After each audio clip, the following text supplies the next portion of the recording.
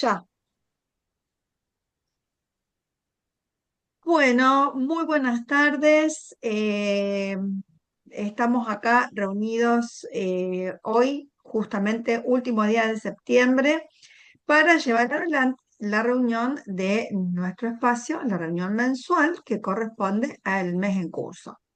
Es muy probable también que se unan dos ex mujeres policías de la provincia de Mendoza interesadas en el tema. Así que, bueno, mientras vayamos transitando la reunión, es probable que se agreguen estas dos personas.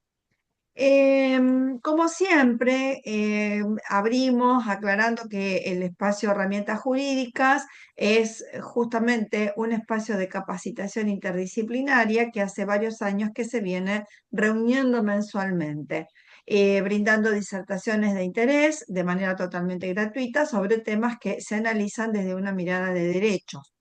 El equipo está integrado por la doctora Mercedes Álvarez Seguí, de médica forense y criminóloga de Valencia, España, las abogadas Adriana Torrente de la Patagonia Argentina, Estefanía Vega y Liliana Roca de la región centro de República Argentina. Las charlas con nuestros invitados e invitadas se suben al canal de Herramientas Jurídicas, por eso les pedimos que se suscriban de manera tal que puedan participar de promociones y recibir notificaciones de las distintas actividades que llevamos a cabo. En el mes de septiembre, el espacio de Herramientas Jurídicas se une a la comunidad Corazón Azul, que anima a todo el mundo a poner fin a la trata de personas y hacer frente a sus efectos en la sociedad.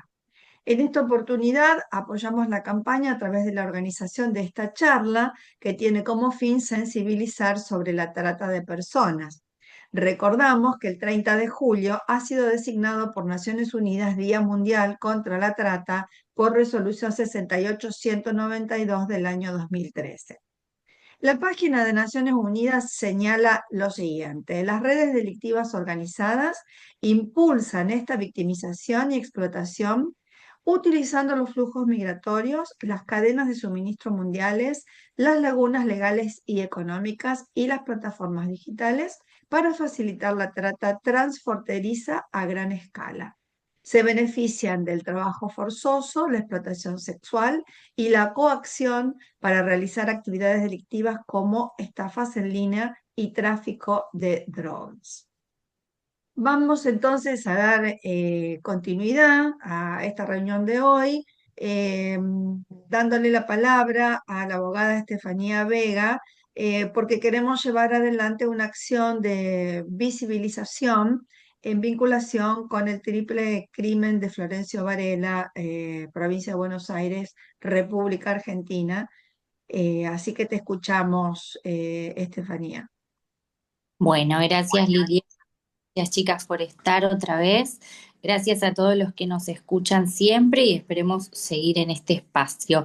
Pero hoy, lamentablemente, tenemos un hecho que contarles, que tal vez toda la Argentina obviamente está atravesado o debería estar atravesado por este hecho, por el femicidio de tres chicas, una nena, porque una de las fallecidas tiene 15 años, es Lara Gutiérrez, y luego dos jóvenes, Brenda y Morena, de 20 años, que no solo fueron, no las mataron solamente, fueron torturadas, fueron golpeadas, fueron mutiladas hasta la muerte y fueron descartadas como desechos en un jardín.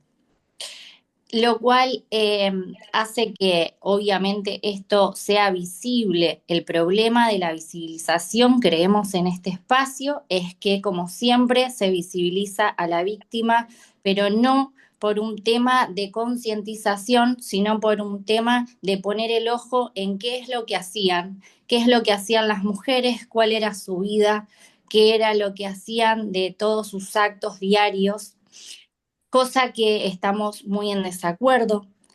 Tenemos 12 detenidos, de los 12 detenidos no sabemos nada, no sabemos cuál era su vida, qué es lo que hacían, solamente dicen que tal vez algunos tienen que ver con el narcotráfico.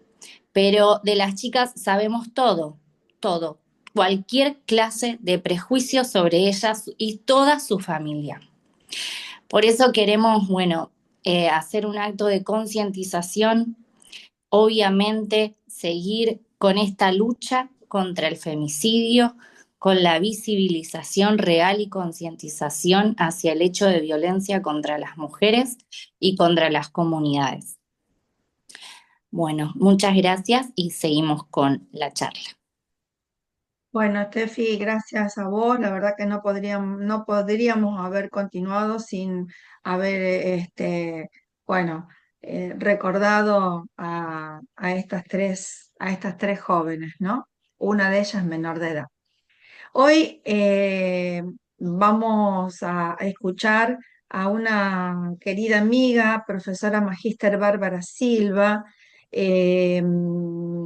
Vamos a abordar el tema de la trata de personas. Ella es abogada y profesora en Derecho, egresada de la Facultad de Derecho de la Universidad Nacional de Rosario, magíster en Género, Sociedad y Políticas Públicas, egresada de Flaxo, abogada del Programa de Asistencia a Víctimas de Trata de Personas de la Secretaría de Derechos Humanos de la provincia de Santa Fe, docente universitaria de la asignatura Ciudadanía, Diversidad y Derechos Humanos en las carreras de Gestión Cultural y Diseño de Indumentaria y Textil de la Facultad de Humanidades y Artes de la UNR y en la carrera de Diseño Gráfico de la Facultad de Arquitectura, Planeamiento y Diseño de la UNR.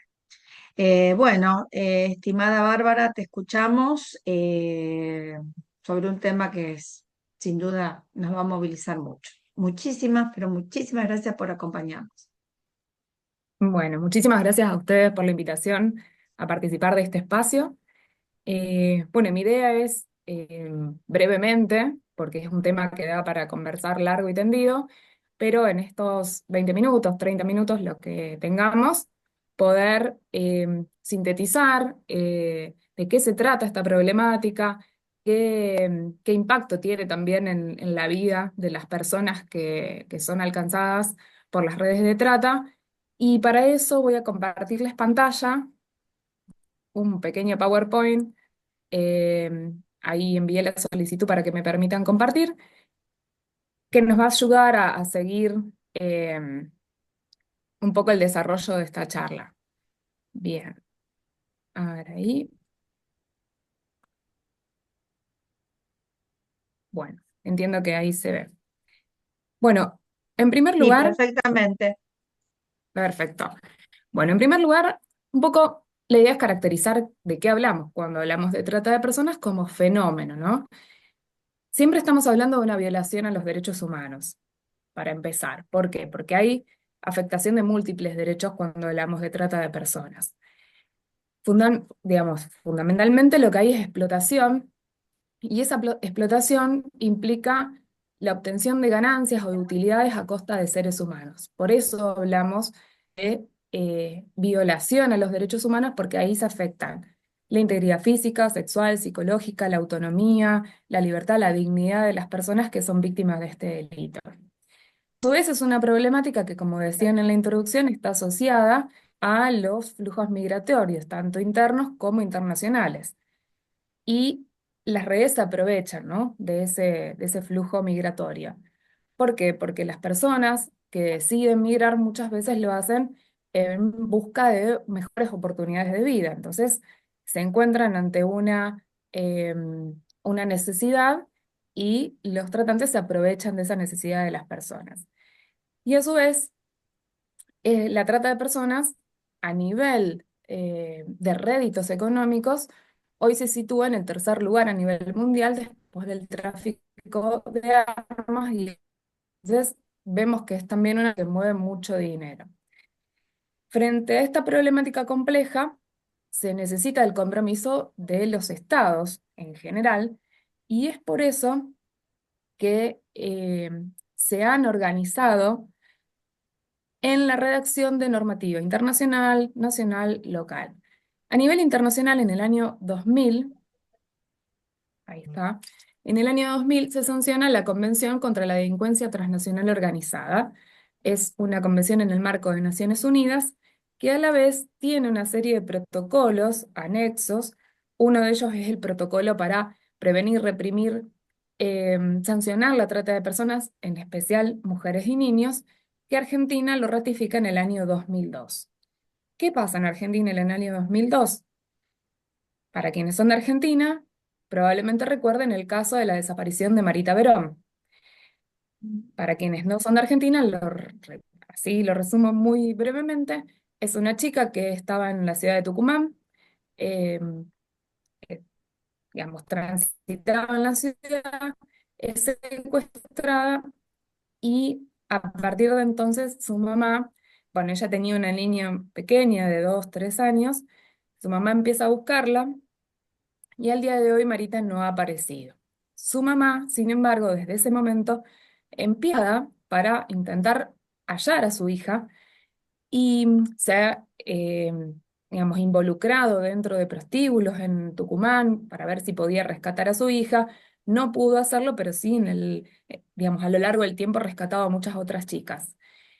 Pero lo que sí hizo esta mamá fue poner en la agenda pública la problemática de la trata de personas porque hasta ese momento no había normativa en nuestro país que sancionara este delito. Es así que desde entonces, 2003, 2004, se empiezan a presentar diferentes proyectos de ley que recién en el 2008 ven sanción, digamos. Recién en Argentina tenemos ley de trata en el año 2008, ¿sí? Estamos hablando de hace 17 años atrás, ¿sí? No teníamos, digamos, considerado delito a la trata hasta ese entonces. Luego esta ley tuvo una modificatoria en el año 2012, pero bueno, es recién a partir de entonces que tenemos ley. Esta ley considera el delito de trata como un delito federal, no ya de jurisdicción provincial, es decir, que cada provincia se va a ocupar de investigarlo, sino le compete a la justicia federal por entender que es un delito que trasciende las fronteras provinciales, incluso las fronteras de nuestro propio país, ¿no? A su vez, cada provincia ha ido sancionando su propia normativa. En el caso de Santa Fe, que es la provincia donde yo trabajo, en el año 2013 sancionó su propia ley, creando organismos específicos, tanto de investigación como de asistencia a las víctimas, que no voy a entrar en detalle porque, bueno, no hace falta. Bien, ¿cómo entonces la trata en nuestro país? Tipificada en el artículo 145 bis del Código Penal, ustedes ahí ven la definición, pero lo importante de entender en la trata es que es un proceso. No hablamos de un delito estanco o un delito que lo podemos pensar de una sola acción, sino que es un delito que se compone de diferentes, hasta como un proceso, ¿no? En ese proceso siempre la característica es someter y mantener a la persona en una situación de explotación, ¿no? Y el objetivo va a ser obtener un beneficio económico de ese sometimiento. Entonces, la ley de trata entiende a la trata, acá lo vamos a ver como este proceso, ¿no? Como el ofrecimiento, la captación, el traslado o el transporte, la recepción y acogida de las víctimas con la finalidad de explotación. Y eso puede hacerse dentro del territorio nacional como desde o hacia otros países, ¿sí? Esto es importante tener en cuenta que no es necesario para que se configure el delito de trata, no es necesario que se den todos los pasos de la trata.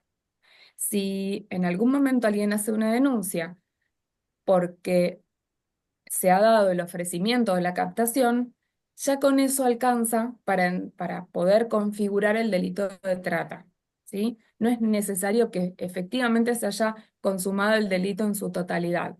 Esto también es una diferenciación entre el delito de trata y otros delitos, como podrían ser delitos conexos, ¿no? Bien, ¿cuáles son las finalidades que están previstas en nuestra ley, en nuestra legislación? Estas finalidades que ustedes ven acá, por lo menos es lo taxativo que emplea nuestra normativa penal. Esclavitud y servidumbre, trabajos o servicios forzados, que es lo que se conoce normalmente como explotación laboral, explotación sexual, también engloba múltiples posibilidades dentro de la explotación sexual, todo lo que tenga que ver con reproducción de imágenes de contenido, digamos, de abuso sexual hacia niños, niñas y adolescentes, el matrimonio forzado o cualquier tipo de unión forzada, y extracción forzosa o ilegítima de órganos, fluidos o tejidos humanos.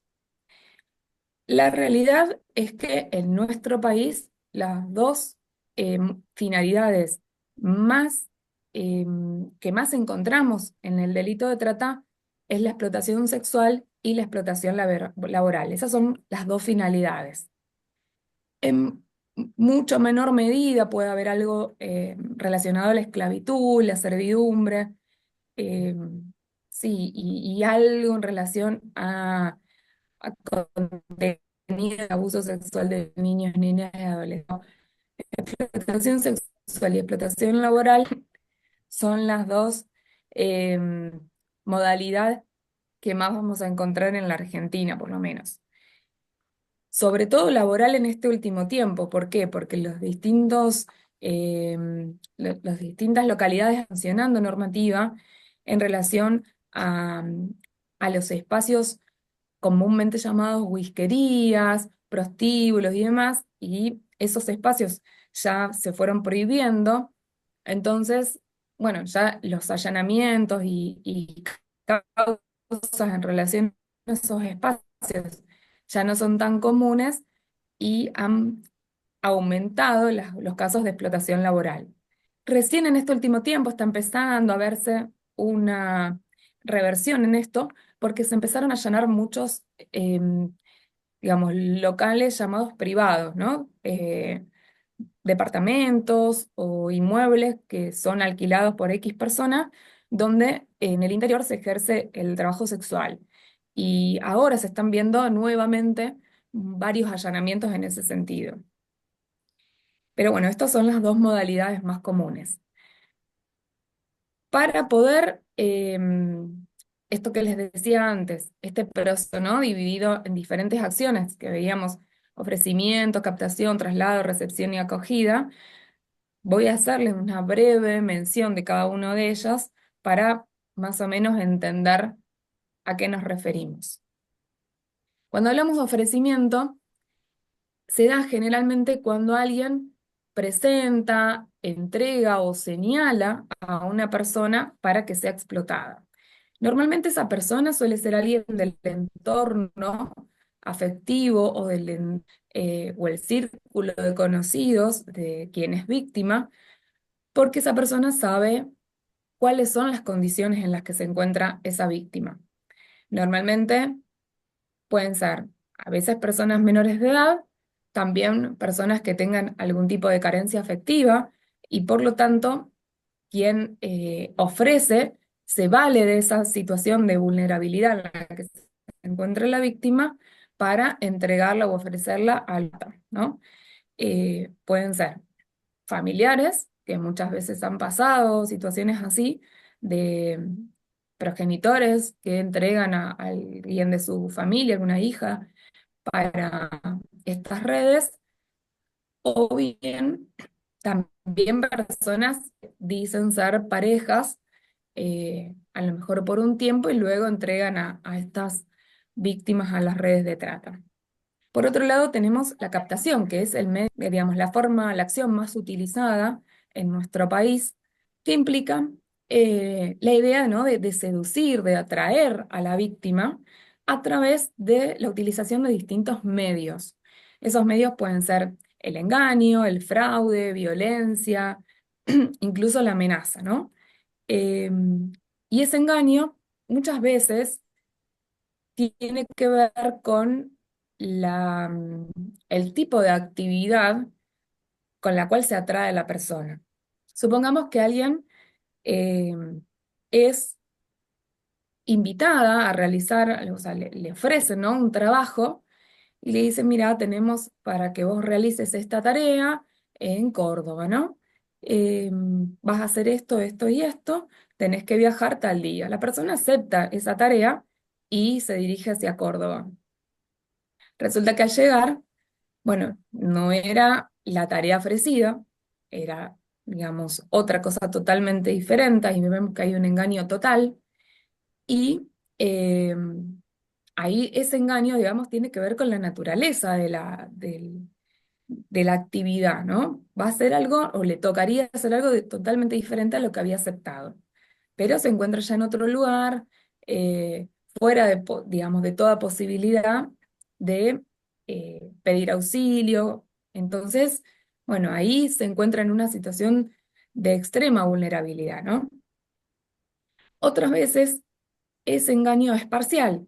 ¿Por qué? Porque a lo mejor a la persona le ofrecen ir a trabajar a algún campo, pero las condiciones en las que va a realizar esa tarea difieren de lo dicho. Entonces, la persona realiza algo a lo que, digamos, en principio había aceptado, pero las condiciones de trabajo son totalmente diferentes, obviamente mucho más gravosas de lo que se le había ofrecido originariamente. Acá también vemos que muchas veces la persona que capta es del mismo entorno o del círculo, digamos, de personas conocidas, y lo mismo que lo que decíamos en el ofrecimiento, conocen de algún modo el entorno de la víctima y conocen muchas veces esta situación de vulnerabilidad en la que se encuentran y entienden que esta víctima va a aceptar por esas circunstancias en las que está, en las que se encuentra. Luego tenemos otras dos acciones que tienen que ver con el traslado o con el transporte, ¿no? Esto es fundamental en la trata. ¿Por qué? Porque el traslado de las víctimas desde su lugar de origen hacia otro lugar coloca a las víctimas en un lugar de mayor vulnerabilidad. ¿Por qué? Porque se dirigen hacia un lugar nuevo, que no conocen, donde no tienen, digamos, posibilidad de pedir ayuda, y esto genera un desarraigo, ¿no? Eso es aprovechado por las redes de trata para evitar que esas víctimas quieran escaparse, buscar ayuda, o intentar salir de esa situación en la que se encuentran. Entonces, el traslado es una característica fundamental dentro del delito de trata. Y el traslado tiene distintas aristas, ¿no? Desde, por ejemplo, el traslado voluntario de la persona porque se le ofrece un trabajo en otra localidad y se le dice, bueno, te mandamos los pasajes, y la persona acepta.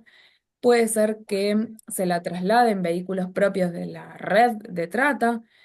A veces, incluso cuando hablamos de traslados internacionales, se arman grupos que son como coordinados por alguien, y luego cuando la persona llega a destino es esperada por otra persona de la organización que las va a trasladar. El traslado incluye, digamos, muchas aristas, pero bueno, todas pueden, digamos, ser parte del mismo delito. Y luego tenemos la recepción o la acogida de las personas, que ya tiene que ver con recibir y mantener a las personas en esa situación de, digamos, de explotación y de privación de libertad. En este caso, eh, lo que va a haber, digamos, en esta etapa, ¿no? Es mucho control. Lo vamos a ver ahora en lo que serían los mecanismos de coerción. ¿Por qué? Porque una vez que la persona llega al lugar, es necesario, bueno, mantenerla en ese estado para que pueda ser explotada durante el tiempo que se considere, digamos, en la red. Entonces acá se van utilizando distintos mecanismos de coerción, que los vamos a ver ahora en detalle, y estos mecanismos se relacionan, por un lado, con aspectos económicos, por otro lado, con el uso de fuerza o amenaza, y después con el ejercicio de control sobre lo que realizan las víctimas. En primer lugar, vamos a ver los relacionados con el aspecto económico. Y acá un aspecto, digamos, fundamental de la trata es el sistema de endeudamiento. ¿A qué se refiere con esto? A que cuando les decía recién, ¿no? A veces en el ofrecimiento se les dice a la persona, bueno, nosotros te mandamos los pasajes, así vos ya cuanto antes podés venir y empezar a trabajar. Y te damos alojamiento y te damos comida. Bárbaro, la persona acepta, viaja. Llega, se da cuenta que lo que le ofrecieron no es lo que ella quería realizar. Pero le dicen, bueno, está bien, pero no sé quién te dijo eso, acá vos venís a hacer esto y si te querés ir, hay que devolvernos lo que nosotros pusimos para que vos estés acá. La persona en ese momento se da cuenta que tiene una deuda de pasajes, empieza a tener una deuda de alojamiento y de comida. Y esos costos no son los costos de mercado, obviamente son costos mucho mayores. Por lo tanto, para poder trabajar y devolver lo que debe, digamos, necesita trabajar muchísimo tiempo y durante ese tiempo que trabaja sigue generando deuda. Entonces empieza a ser un círculo que es muy difícil de achicar, ¿no? Entonces es un sistema de endeudamiento inducido del cual no se pueden liberar. Eso por un lado. Después hay, digamos, anulación económica de la autonomía económica de las víctimas porque no disponen del dinero. Porque en general, si hablamos de explotación sexual, en general no son quienes reciben el pago de los pases. Si hablamos de explotación laboral, lo que se utiliza en general es decirle, bueno, ustedes trabajan y cuando termine la cosecha se les paga. Em, no sé si alguien quiere hacer una pregunta. No, Barbie, avisar que tenemos 5 minutitos para cerrar. Hay otro enlace para hacer otra reunión, como vos quieras. No sé si podés cerrar en Bien. 5 minutos y si Listo, no, creo que hay un micrófono abierto, por eso me sí, ahí confundió. me voy a Hay un encargar, ahí micrófono me voy a abierto ahora, encargar. por eso. Sí, sí, sí. Vale. Bien, Dale. entonces, bueno, les decía, esto de lo económico y después tenemos todo lo que tenga que ver con el uso de la fuerza y y las amenazas. ¿Por qué? Porque para que las víctimas se queden en ese lugar en donde están, se utiliza obviamente la fuerza, pero no pensemos que hoy en día la trata es personas con cadenas en una puerta. A veces la amenaza y la intimidación psicológica es mucho más fuerte que poner un candado en una puerta. Todo lo que tenga que ver con amenazas hacia la familia, no nos olvidemos que decíamos, quienes captaron o quienes ofrecieron suelen ser del entorno, por lo tanto conocen la familia, conocen la historia y se utiliza esa historia para amenazar a la víctima para que no se escape o no denuncie. Eso sumado a que muchas veces se les dice que las fuerzas de seguridad o la justicia están de su lado. Entonces, ¿quién va a querer denunciar si piensa que cuando denuncia la justicia o la policía no les va a creer o no le va a dar curso a su denuncia porque están arreglados, ¿no? Y luego tenemos todo lo que tiene que ver con el ejercicio de control sobre la propia persona, ¿no? Sobre lo que hace cotidianamente, los espacios a los que concurre o sus actividades. ¿Por qué? Porque suelen vivir en el mismo lugar donde son explotadas, suelen no tener el control de sus digamos, migrantes y no tienen posibilidad de poder elegir a dónde ir o qué hacer, ¿no? Entonces, este control excesivo también es parte de los mecanismos de control. Bien, en todo esto, la ley ha sido tajante en establecer, sobre todo a partir de la reforma del 2012, que el consentimiento de la víctima es irrelevante. Es decir, no va a eliminar ningún tipo de responsabilidad, ni penal, ni civil, ni administrativa, de quienes estén componiendo la red de trata. ¿Por qué? Porque hasta ese momento, hasta el 2012, la primer ley hacía una distinción entre víctimas menores de edad y mayores de edad. Y si las víctimas mayores de edad habían dado su consentimiento, podían los autores quedar absueltos. Bueno, desde el 2012 esto se modificó, la víctima no puede consentir su propia explotación, por eso es irrelevante el consentimiento de la víctima.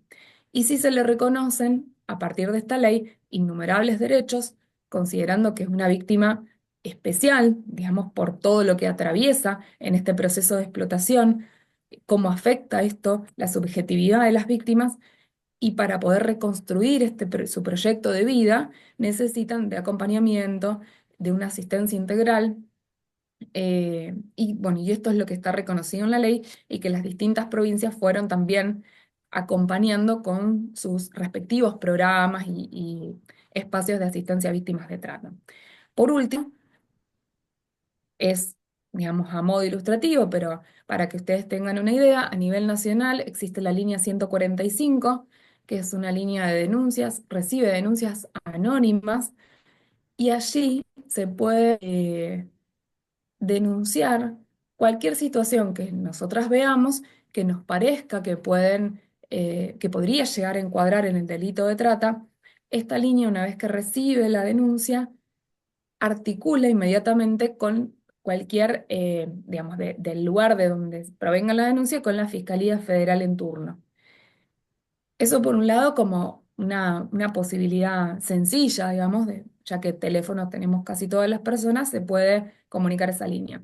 Luego las fiscalías federales, porque como dijimos era un delito federal, pero si no, bueno, en este caso está orientado a Santa Fe, ¿no? Lo que es el Ministerio Público de la Acusación, lo que vendrían a ser las fiscalías provinciales, porque tampoco es deber nuestro encuadrar el delito. Podemos ir, denunciar algo que estamos viendo como sospechoso y será la justicia la que se encargue de determinar si es un delito federal o un delito de competencia provincial, ¿no? Y bueno, después imagino que quizás en el resto de los lugares habrá también comisarías o áreas específicas de trata, pero bueno, las dos primeras son como aplicables a cualquier provincia de la Argentina. Después, bueno, no sé cómo funcionará ya fuera de Argentina, pero en general hay espacios, digamos, para poder hacer denuncias sobre este delito. Bueno, con esto termino este breve repaso y cualquier duda o consulta, seguimos conversando. Gracias. Uf, Barbie, qué tema, por Dios. Ujú. Merce, ¿querés hacer el cierre? Yo no puedo hablar. No te escuchamos, Merce.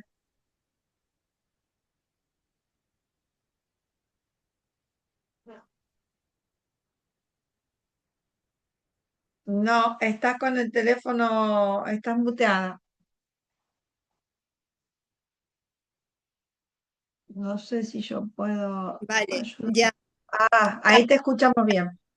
Venga, pues yo sí que me gustaría sí, pues hacer, pues para cerrar, pues que la doctora Silva nos diese un mensaje así un poco como más inspirador, ¿no? Para las personas que nos siguen en este canal. Y le quiero preguntar, ¿qué diría a las personas que hoy sienten que no pueden hacer nada frente a la trata de personas, valga esta repetición? ¿Qué les diría a ellos? Bien, yo creo que siempre podemos hacer algo, sobre todo en la prevención, ¿no? A veces creemos que la trata de personas es algo que está lejos nuestro y que sobre todo va a encontrar víctimas en lugares muy vulnerables. Y desde mi experiencia no es solo así.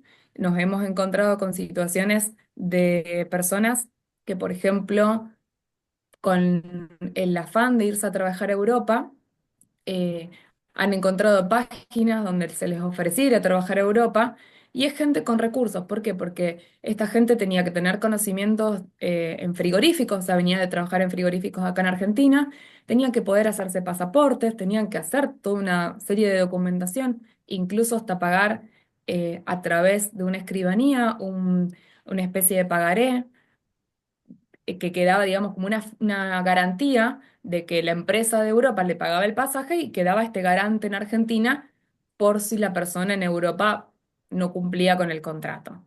Así, un montón de argentinos se han ido a Polonia a trabajar en frigoríficos y resultaron ser víctimas de trata, ¿no?